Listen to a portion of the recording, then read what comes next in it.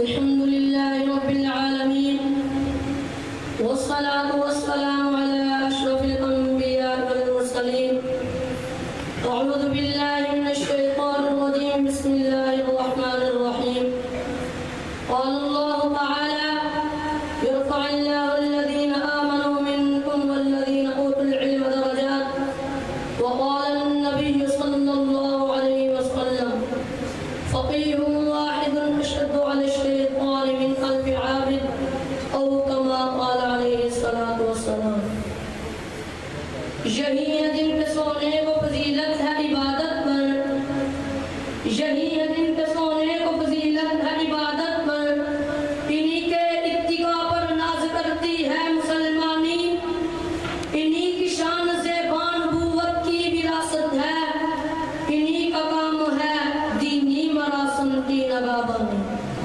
قابل صد واجب الاحترام عزیز مہمانان گرامی، آج کس کانفرنس کے اندر ایک اہم موضوع لے کر حاضر ہوا ہوں جس کا عنوان ہے علماء حق کا شاندار ماضی.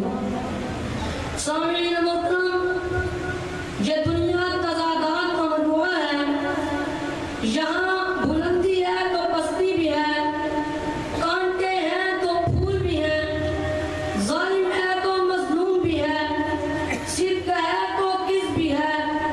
غرض اس کی حکمت اور فلسفہ یہ سمجھ میں آتا ہے کہ ایک چیز کی پہچان اور قدر و قیمت اس وقت ہوتی ہے جب اس چیز کی دوسری ضد موجود ہو. جیسے عربی کا محاورہ ہے تعرف الاشیاء بازدادها. اگر دنیا میں غریبی کا وجود نہ ہوتا تو امانت کی قدر کون کرتا؟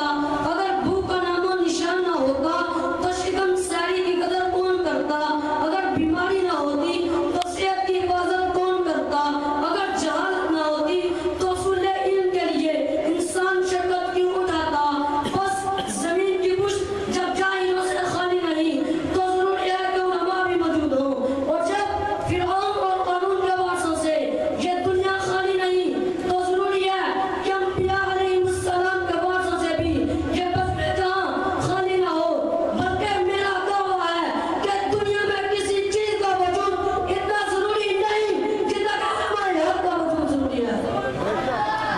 اور صرف یہ نہیں کہ علماء حق مدارس کی چار دیواریوں اور درس و تدریس تک محدود ہیں، بلکہ تاریخ کے اوراق میں نظر ڈالیں تو پاکستان کا پرچم لہرانے کے لیے مجھے علماء حق نظر آتے ہیں. چنانچہ 23 مارچ 1940 کو مرکزی مسلم لیگ مجلس عامہ نے لاہور کے تاریخی اجتماع میں قرارداد پاکستان کی منظوری کی. اس موقع پر علماء حق میں گروہ حضرت مولانا اشرف علی تھانوی اور مولانا شبیر احمد عثمانی اور ان کے متبعین کا تھا کہ مسلمانوں کے لیے ایک جداگانہ مملکت ہونی چاہیے جہاں خلافت اسلامیہ کا نفاذ ہو. اور یہ بات متعین نوجوانوں میں ناممکن تھی. اس تصور کی تکمیل کے لیے یہ آزاد مسلم لیگ میں شامل ہو گئے اور تلیہ کریا بستی بستی گاؤں گاؤں دورہ کیا اور عوام کو